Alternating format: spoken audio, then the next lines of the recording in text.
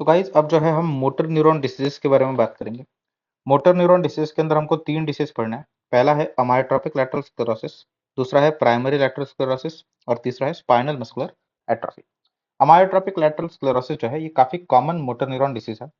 इसमें आपको upper motor neuron और लोअर मोटर न्यूरॉन दोनों का लीजन देखने को मिलता है। तो वही प्राइमरी लैटरल स्क्लेरोसिस के अंदर सिर्फ और सिर्फ अपर मोटर न्यूरॉन का लीजन देखने को मिलता है। एंड स्पाइनल मस्कुलर एट्रोफी के अंदर जो है सिर्फ और सिर्फ लोअर मोटर न्यूरॉन का लीजन देखने को मिलता है। ध्यान से पहले पढ़ते हैं हम अमायोट्रोपिक लैटरल स्क्लेरोसिस के बारे में।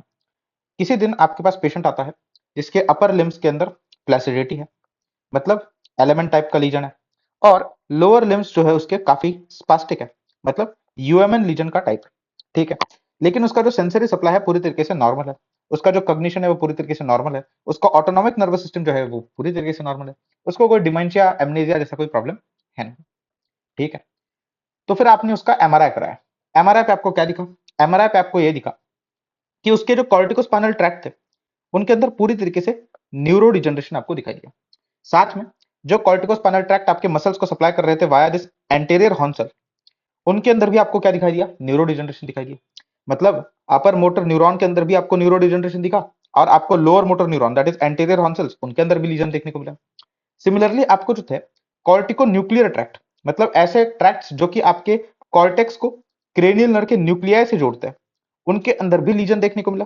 और जो क्रेनियल नर्व के न्यूक्लियाई थे मेडुल्ला वाले पार्ट में, उनके अंदर भी आपको जो है लीजन देखने को मिला। मतलब चार जगह पर आपको लीजन देखने को मिलेगा। एक तो कॉर्टिकोस्पाइनल ट्रैक्ट पे, फिर एंटीरियर हॉर्न सेल्स में, फिर कॉर्टिको न्यूक्लियर ट्रैक्ट्स में, और कॉर्टिको न्यूक्लियर ट्रैक्ट जिस न्यूक्लियस तक जा रहे थे उन क्रेनियल नर्व्स के न्यूक्लियस में भी आपको जो है लीजन देखने को मिला। तो इन चारों जगहों पर आपको लीजन देखने को मिला, जिसके कारण आपको सिम्टम्स दिखाई देंगे। ठीक है, तो मोटर न्यूरॉन डिसीज जिसके अंदर हम पहला पढ़ रहे दैट इज अमायोट्रोपिक लैटरल स्क्लेरोसिस, इसके अंदर यही होता है। अपर मोटर न्यूरॉन लीजन होता है और लोअर मोटर न्यूरॉन दोनों के दोनों लीजन होते हैं। अपर मोटर न्यूरॉन लीजन के अंदर क्या क्या आ जाएगा? एक तो कॉर्टिकोस्पाइनल ट्रैक्ट का लीजन आ जाएगा, साथ में कॉर्टिको बल्बर ट्रैक्ट का भी लीजन आ जाएगा। लोअर मोटर न्यूरॉन लीजन के अंदर क्या आ जाएगा? एक तो एंटीरियर हॉर्न सेल्स का लीजन आ जाएगा, और साथ में जो आपके क्रेनियल नर्व के न्यूक्लिया है उनका भी लीजन आ जाएगा आपके लोअर मोटर न्यूरॉन लीजन के अंदर। ठीक है, हाँ जी, ठीक है। तो जो अमायोट्रोपिक लैटरल स्क्लेरोसिस है ये एक काफी most common progressive motor neuron disease है, जिसका जो इंसिडेंस है वो हाइयर होता है एल्डरली के अंदर, और 3 से 5 साल के बाद after the onset of disease death पक्की है। इसका ट्रीटमेंट एग्जैक्टली अभी हमें पता नहीं है, जो मतलब क्योर कर दे इस डिसीज को, अभी तक वैसा ट्रीटमेंट आया नहीं हमारे पास। जो डेथ है इसलिए 3 से 5 साल के बाद पक्की है।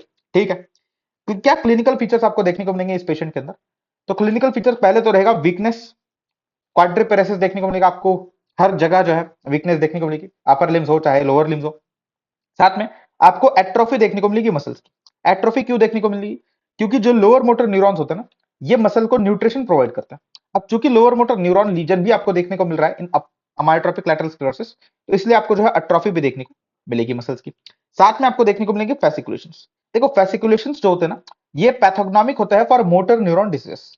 ओके, पैथोग्नोमिक होता है मोटर न्यूरॉन डिसीज के लिए, और काफी कॉमन मोटर न्यूरॉन डिसीज कौन सा है? Amyotrophic lateral sclerosis. इसलिए ऐसा भी बोला जाता है कि fasciculations are pathognomonic for amyotrophic lateral sclerosis. लेकिन दो और जगह है जहां पर आपको फैसिकुलेशन देखने को मिलेंगे, that is spinal muscular atrophy और पोलियो। ठीक है, ठीक है। तो अब क्या चीजें नॉर्मल होती है इस अमायोट्रोपिक लैटरल स्क्लेरोसिस के पेशेंट के अंदर? कॉग्निशन, ऑक्यूलर मसल्स का function, bladder function and sensory function, ये चारों के चारों फंक्शन जो है आपको पूरी तरीके से नॉर्मल देखने को मिलेंगे in a patient of amyotrophic lateral sclerosis. जैसे आप एग्जांपल लीजिए स्टीफन हॉकिंग का। स्टीफन हॉकिंग का कॉग्निशन में कोई प्रॉब्लम था क्या? बिल्कुल नहीं, साइंटिस्ट था वो बंदा। उसके ऑक्यूलर मसल्स में कोई प्रॉब्लम था क्या? नहीं, वो सबको देख पाता था, सब समझ पाता था, उसमें कोई दिक्कत नहीं थी। उसके ब्लैडर मूवमेंट में आपने कभी प्रॉब्लम नोटिस की? कभी आपने उसको कैथेटर के साथ देखा जो कि उसके ब्लैडर के अंदर था? नहीं। और उसको सेंसरी फंक्शन में भी उसके कोई प्रॉब्लम थी नहीं। प्रॉब्लम उसके किसमें थी स्टीफन हॉकिंग को? उसके जो लोअर लिम्स थे वो पूरी तरीके से फ्लैसेट थे, जिसके कारण उसको व्हील चेयर का सहारा लेना पड़ता था। और उसका जो अपर लिम था, सॉरी अपर लिम्स, उसकी जो अपर बॉडी थी वो पूरी की पूरी क्या थी? स्पास्टिक थी, इसलिए हिल नहीं पाती थी। तो ये प्रॉब्लम्स थे आपके स्टीफन हॉकिंग के साथ, और ये सारी चीजें उसकी नॉर्मल थी। उसको डिमेंशिया था क्या? एमनेसिया था क्या? बिल्कुल नहीं। तो वो भी आपकी चीज जो होती है नॉर्मल होती है इन पेशेंट्स के अंदर अमायोट्रोपिक लैटरल स्क्लेरोसिस के। तो अब जो अमायोट्रोपिक लैटरल स्क्लेरोसिस है ना, ये ज्यादातर स्पोरेडिक होता है 90% एज कंपेयर टू फैमिलियल। लेकिन अगर ये फैमिलियल होता है तो जिस पैटर्न ऑफ इनहेरिटेंस को ये फॉलो करता है वो होता है ऑटोसोमल डोमिनेंट। ठीक है, तो इसमें 4 स्पोरेडिक म्यूटेशंस होते हैं जो कि आपको पता होनी चाहिए। पहला जो सबसे मोस्ट कॉमन स्पोरेडिक म्यूटेशन है that is your C9ORF72 gene का म्यूटेशन, और यही सेम जीन का म्यूटेशन आपको फ्रंटोटेम्पोरल डिमेंशिया के अंदर भी देखने को मिलता है। इसमें जो ये ORF है इसका फुल फॉर्म है ओपन रीडिंग फ्रेम। जब इस C9ORF72 जीन के अंदर म्यूटेशन हो जाता है तो इस हेक्सान्यूक्लियोटाइड रिपीट कि जो हेक्सान्यूक्लियोटाइड सीक्वेंस है ये, इसके जो रिपीट्स है ये मोर देन 30 हो जाता है। जब इस हेक्सान्यूक्लियोटाइड सीक्वेंस के रिपीट्स मोर देन 30 हो जाएंगे तो जो प्रोटीन इस जीन को बनाना था वो मिसफोल्ड हो जाएगा। Due to misfolding of this protein it will aggregate, और this aggregation of misfolded protein will result into neurodegeneration. सारे न्यूरोडिजेनरेटिव डिसीजेस का यही तो कॉज था कि कोई प्रोटीन मिसफोल्ड होता है, उसका एग्रीगेशन होता है रिजल्टिंग इनटू न्यूरोडिजेनरेशन। फिर हम बात करते हैं दूसरा mutation that is SOD gene का म्यूटेशन, जहां पर SOD का फुल फॉर्म है सुपर ऑक्साइड डिसम्यूटेज। ये जीन रिस्पॉन्सिबल होता है for formation of enzyme that is super oxide dismutase enzyme. ये एंजाइम क्या काम करता है? ये एंजाइम आपके सुपर ऑक्साइड फ्री रेडिकल को कन्वर्ट करता है ऑक्सीजन और वाटर के अंदर। आपका जो सुपर ऑक्साइड फ्री रेडिकल है ये काफी टॉक्सिक कंपोनेंट है आपके सेल्स के लिए, तो वही ये कन्वर्ट कर देता है उनको into the non toxic component that is oxygen and water. लेकिन अब यहां पर अगर म्यूटेशन हो गया अमायोट्रोपिक लैटरल स्क्लेरोसिस के अंदर, क्या होता है इस जीन का म्यूटेशन हो जाता है resulting into deficiency of super oxide dismutase enzyme. जब इस एंजाइम की डेफिशिएंसी हो जाएगी, क्या हो जाएगी? जब इस एंजाइम की डेफिशिएंसी हो जाएगी तो फिर क्या होगा? तो फिर होगा यू कि आपके जो ये सुपर ऑक्साइड फ्री रेडिकल है ये बढ़ जाएंगे, टॉक्सिक कंपोनेंट बढ़ जाएगा resulting into apoptosis of this neuronal cell. ठीक है।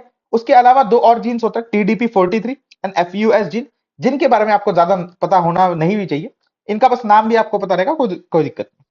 फिर हम बात करते हैं कि अपर मोटर न्यूरॉन लीजन, मतलब अगर कॉर्टिकोस्पाइनल ट्रैक्ट के अंदर लीजन है तो क्या सिम्टम्स आपको दिखाई देंगे वो आपको पता है। अगर आपके एंटेरियर हॉर्न सेल्स के अंदर लीजन है तो आपके स्पाइनल मसल, जो आपके मसल्स है उनके अंदर आपको क्या सिम्टम्स देखने को मिलेंगे वो भी आपको पता है। लेकिन अगर कॉर्टिकोबल्बर ट्रैक्ट और आपके न्यूक्लियस के अंदर लीजन है, क्रेनियल नर्व के न्यूक्लियस के अंदर लीजन है, या फिर अगर कॉर्टिकोबल्बर ट्रैक्ट के अंदर लीजन है, तो आपको एक्जैक्टली क्या होता है वो पता नहीं ना, तो वो यहां पर समझता है। पहली बात तो आप ये समझ लीजिए, कॉर्टिकोबल्बर ट्रैक्ट के अंदर अगर लीजन होता है तो उसको हम कहते हैं सूडोबल्बर पाल्सी। ये अपर मोटर न्यूरॉन का लीजन होता है।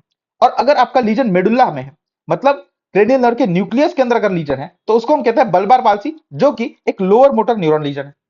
तो इसीलिए आपको अपर मोटर न्यूरॉन लीजन मतलब सूडोबल्बार पाल्सी के अंदर जो है स्पास्टिसिटी देखने को मिलेगी, तो वही bulbar palsy that is lower motor neuron lesion, इसके अंदर आपको क्या देखने को मिलेगा? प्लासिडिटी देखने को मिलेगी।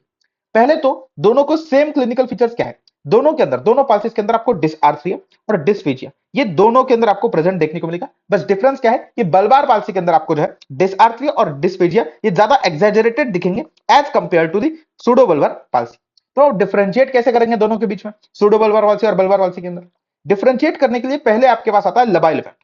लबाइल इफेक्ट ऐसा इफेक्ट होता है जिसमें आपका जो पर्सन है ये खुद के लाफ्टर को, खुद के एंगर को और खुद के सैडनेस को, इन तीनों चीजों को कंट्रोल नहीं कर सकता। मतलब जब ये पेशेंट थोड़ा सा खुश होगा तो ये जोर जोर से हंसने लगेगा, जब इसको थोड़ा सा गुस्सा आएगा तो ये मारना पीटना शुरू कर देगा लोगों को, जब ये थोड़ा सा सैड होगा तो रोना शुरू कर देगा। तो इसे हम कहते हैं लबाइल इफेक्ट। ये लबाइल इफेक्ट जो होता है प्रेजेंट होता है इन दी सूडोबल्बार पाल्सी, लेकिन यही लबाइल इफेक्ट जो होता है एब्सेंट होता है बल्बार पाल्सी के पेशेंट्स के अंदर। ठीक है, हाँ जी ठीक है। फिर हम बात करते हैं गैग रिफ्लेक्स के बारे में। देखो गैग रिफ्लेक्स जो होता है ना, या फिर ये सारे के सारे आपके लास्ट की तीन चीजें, labile affect, gag reflex, jaw jerk reflex, ये तीनों की तीनों चीजें प्रेजेंट रहेगी आपके सूडोबल्बार पाल्सी के अंदर और एब्सेंट रहेगी किसके अंदर? बल्बार पाल्सी के अंदर। अब गैग रिफ्लेक्स के बारे में समझते हैं। देखो गैग रिफ्लेक्स है क्या? ये है बेसिकली पोस्टीरियर फोरेंजियल वॉल को जब हम टच करेंगे विद स्पैचुला तो जो है पेशेंट कफ करता है, इसको हम कहते हैं gag reflex. Posterior pharyngeal wall को जब हम टच करते हैं विद स्पैचुला तो पेशेंट जो है कफ करता है, इसको हम कहते हैं गैग रिफ्लेक्स। अब इस गैग रिफ्लेक्स में किसी भी तरीके से कोई भी यूज आपके कॉर्टिकोबल्बर ट्रैक्ट का यूज ही नहीं होता, कॉर्टिकोबल्बर ट्रैक्ट का यूज ही नहीं होता इस गैग रिफ्लेक्स के अंदर। एफरेंट जो है आपके 9th क्रेनियल नर्व के थ्रू आता है स्पाइनल कॉर्ड के अंदर, और इफरेंट जो है वो जाता है वाया 10th क्रेनियल नर्व। तो किसी भी तरीके से आपके कॉर्टिकोबल्बर ट्रैक्ट का यूज हो रहा है क्या इन गैग रिफ्लेक्स? नहीं। अगर इसका आपका कोई यूज ही नहीं हो रहा कॉर्टिकोबल्बर ट्रैक्ट का, तो उसके अंदर अगर लीजन हो भी गया जो कि सूडोबल्बर पाल्सी के अंदर होता है, गैग रिफ्लेक्स को कोई फर्क पड़ेगा? नहीं पड़ेगा। तो गैग रिफ्लेक्स आपका नॉर्मली जैसे चलता है वैसे चलता रहेगा। सिमिलर केस होता है आपके जॉ जर्क रिफ्लेक्स के साथ। जॉ जर्क रिफ्लेक्स में बस डिफरेंस ये है कि इसमें एफरेंट भी 5th क्रेनियल नर्व से जाता है और इफरेंट भी जो है 5th क्रेनियल नर्व से ही आता है। तो ये भी आपका इस जॉ जर्क रिफ्लेक्स में भी कोई काम नहीं होता आपके कॉर्टिकोबल्बर ट्रैक्ट का, ये भी कॉमन रहेगा, मतलब प्रेजेंट रहेगा सूडोबल्बार पाल्सी के अंदर और एब्सेंट रहेगा आपके बल्बार पाल्सी के अंदर। अब जो गैग रिफ्लेक्स है, जो कि प्रेजेंट है सुडोबल्बार पाल्सी के अंदर, तो इसमें तो कोई इतना दिक्कत होगी नहीं, लेकिन चूंकि आपके बल्बार पाल्सी के अंदर आपका गैग रिफ्लेक्स एब्सेंट है, तो प्रॉब्लम क्या आएगा? प्रॉब्लम ये आएगा कि एस्पिरेशन काफी कॉमन हो जाएगा। मतलब नॉर्मली आपके विंड पाइप के अंदर अगर कुछ चला गया तो आप कफ आउट कर देते हैं ना, that is due to gag reflex. अब चूंकि आपका गैग रिफ्लेक्स एब्सेंट है, तो जो बल्बार पाल्सी जिनके अंदर प्रेजेंट है, वो उन चीजों को कफ आउट ही नहीं कर पाएंगे, जो कि आपके विंड पाइप के अंदर, ट्रकिया के अंदर, ब्रोंकस के अंदर चली जाएगी। इसीलिए एस्पिरेशन काफी कॉमन रहेगा, और यही आपके कॉज ऑफ डेथ भी होगा in the patients of bulbar palsy. ठीक है, हाँ जी ठीक है। तो अमायोट्रोपिक लैटरल स्क्लेरोसिस के अंदर कॉर्टिकोस्पाइनल ट्रैक्ट जब जाता है, उसके भी क्लिनिकल फीचर्स दिखते हैं। अगर आपके एंटीरियर ऑन सेल्स में लीजन होते हैं, तो लोअर मोटर न्यूरॉन लीजन के भी आपको क्लिनिकल फीचर देखने को मिलेंगे। कॉर्टिको बल्बार ट्रैक्ट जाएगा, तो आपको जो है सूडो बल्बार पाल्सी के भी क्लिनिकल फीचर देखने को मिलेंगे। और अगर आपके मेडुल्ला के अंदर लीजन होगा, न्यूक्लियस के अंदर लीजन होगा, तो आपको बल्बार का पाल्सी के भी लीजन देखने को मिलेंगे। ये चारों लीजन जो है आपको देखने को मिलते हैं in the patient of amyotrophic lateral sclerosis. ठीक है, ठीक है जी। फिर हम बात करते हैं कि कोई पेशेंट आपके पास आता है अमायोट्रोपिक लैटरल स्क्लेरोसिस का, आपको सस्पिशन है, लेकिन आप बहुत मतलब क्वांटिफाई करके एकदम ताकत से बोल नहीं सकते कि इसको है ही अमायोट्रोपिक लैटरल स्क्लेरोसिस, तो उसके लिए क्राइटेरिया दैट दिया गया, दैट इज एल एस्कोरियल क्राइटेरिया। ये जो एल एस्कोरियल क्राइटेरिया है, ये बोलता है कि 4 रीजन में हम बॉडी को डिवाइड करता है: bulbar region, thoracic region, cervical region, lumbosacral region. अगर आपको लीजन के कारण जो प्रॉब्लम आ रही है बॉडी के अंदर, वो किसी more than equal to 3 sides पे दिखाई जाए, तो वो हो जाएगा डेफिनेट टाइप का अमायोट्रोपिक लैटरल स्क्लेरोसिस। अगर अगर सिर्फ और सिर्फ 2 साइड्स पे आपको ये प्रॉब्लम दिखे, तो वो हो जाएगा प्रोबेबल टाइप का अमायोट्रोपिक लैटरल स्क्लेरोसिस। और अगर आपको सिर्फ और सिर्फ एक साइड पे ये प्रॉब्लम दिखे, तो वो हो जाएगा आपका पॉसिबल अमायोट्रोपिक लैटरल स्क्लेरोसिस। ठीक है। डेफिनेट टाइप का जो अमायोट्रोपिक लैटरल स्क्लेरोसिस है, उसका एक और डेफिनेशन है कि प्रॉब्लम एक ही साइड में दिख रहा है, लेकिन साथ में आपको SOD1 इस एंजाइम की डेफिशिएंसी भी देखने को मिल रही है, तो फिर वो हो जाएगा डेफिनेट टाइप का अमायोट्रोपिक लैटरल स्क्लेरोसिस। ठीक है, हाँ जी ठीक है। अब ट्रीट कैसे करोगे आप इस कंडीशन को? ट्रीट करना बड़ा आसान है। ट्रीट के अंदर आप क्या करते हो? राइलोजोल नाम के ड्रग को यूज करते हो। राइलोजोल नाम का ये जो ड्रग होता है, ये ग्लूटामेट रिलीज का इनिबिटर है। ग्लूटामेट रिलीज इनिबिटर है आपका राइलोजोल। देखो नॉर्मली किसी भी सेल की एट्रोफी कॉज करने के लिए उस सेल के अंदर कैल्शियम का इन्फ्लक्स होना जरूरी है। नॉर्मली किसी भी सेल की एट्रोफी होने के लिए, न्यूरो डिजनरेशन होने के लिए, उस न्यूरॉन का डिजनरेशन होने के लिए कैल्शियम का इन्फ्लक्स होना जरूरी है। और ये कैल्शियम का रिफ्लक्स जो है, कैल्शियम का जो इन्फ्लक्स है, ये सुपरवाइज कौन करता है? ग्लूटामेट। अगर ग्लूटामेट प्रेजेंट रहेगा तो इस कैल्शियम का इन्फ्लक्स हो पाएगा। और ये ग्लूटामेट रिलीज कौन करता है? पास की जो नर्व एंडिंग्स होती है, वो इस ग्लूटामेट को रिलीज करती है। तो आपका राइलोजोल क्या करता है ना, इस पास की नर्व एंडिंग से ग्लूटामेट की रिलीज को इनहिबिट कर देता है, resulting into no influx of calcium and resulting into no atrophy of the neuron. तो कुछ इस तरीके से आपका राइलोजोल जो है, ये न्यूरो डिजनरेशन से प्रोटेक्ट करता है। इसका डोज जो हम देते हैं अमायोट्रोपिक लैटरल स्क्लेरोसिस के अंदर, that is 100 milligram per day. ये जो है सर्वाइवल को इंक्रीज करता है बाय 6 to 9 मंथ्स। लेकिन पेशेंट की जो मौत है, वो अब लिखी जा चुकी है, पेशेंट की मौत होने ही वाली है, बस सर्वाइवल को ये इंक्रीज जरूर कर देगा बाय 6 to 9 मंथ्स।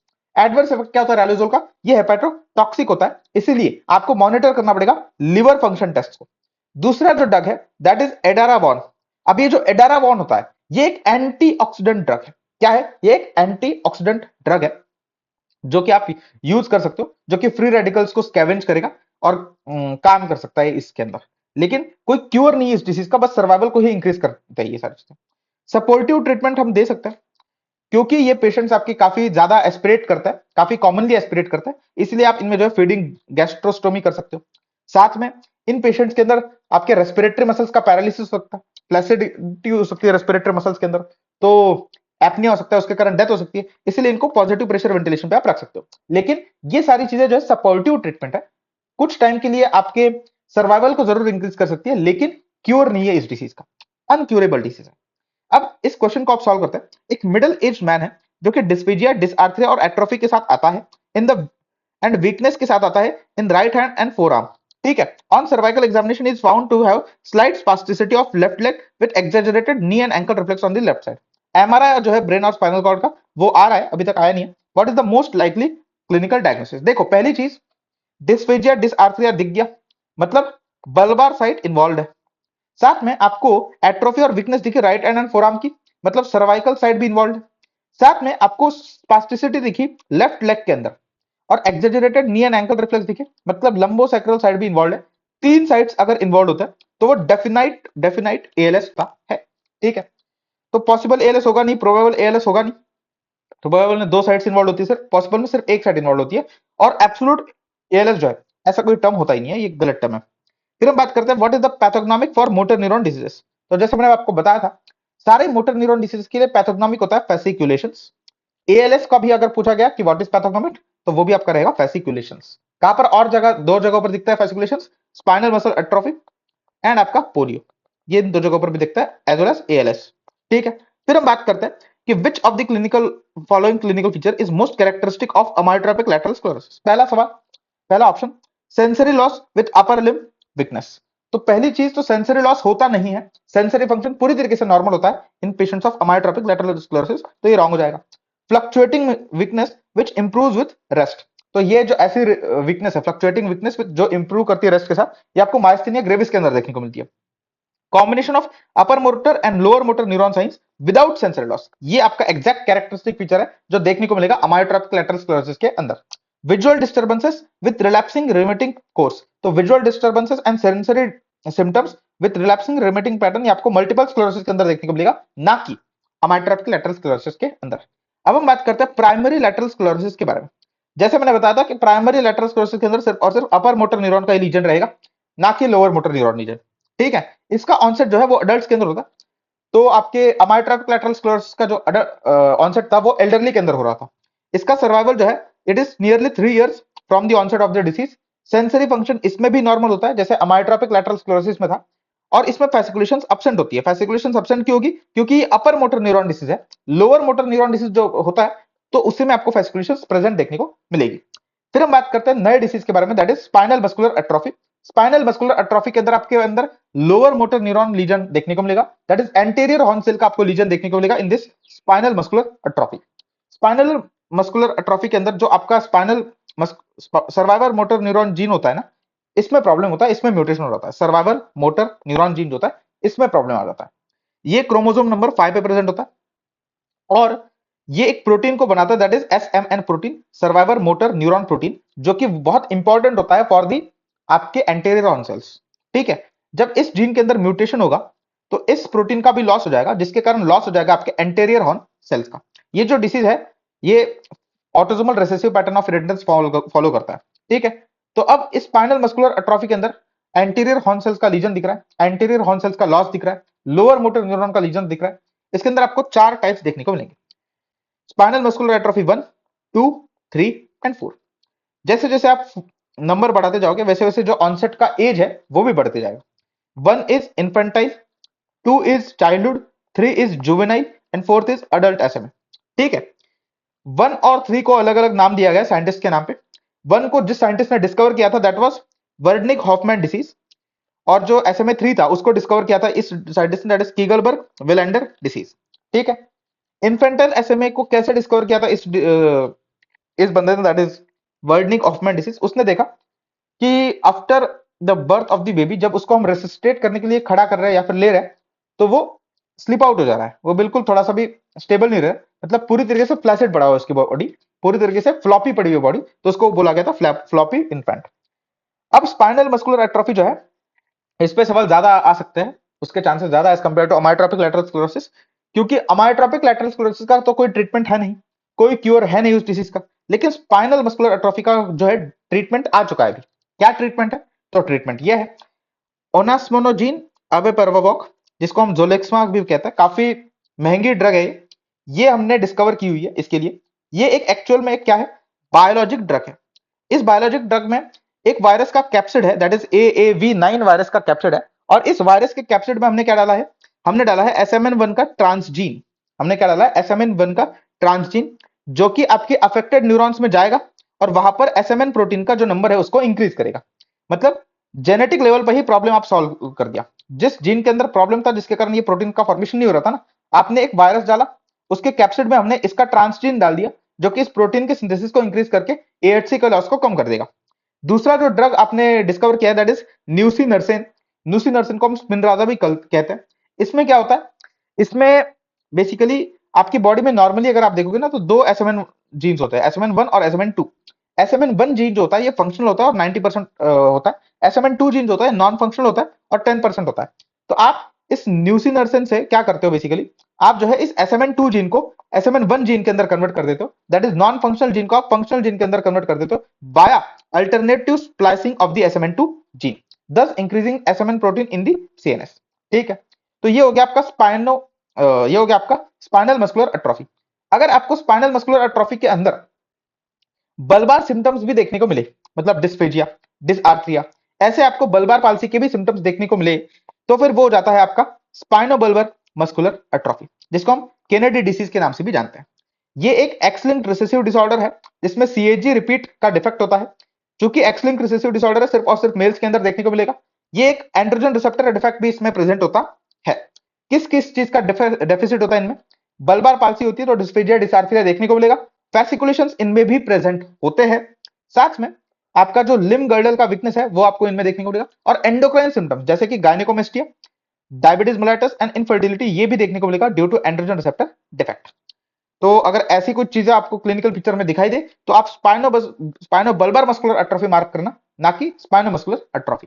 ठीक है, अब अगले लेक्चर में कुछ और पढ़ेंगे, तब तक के लिए टाटा।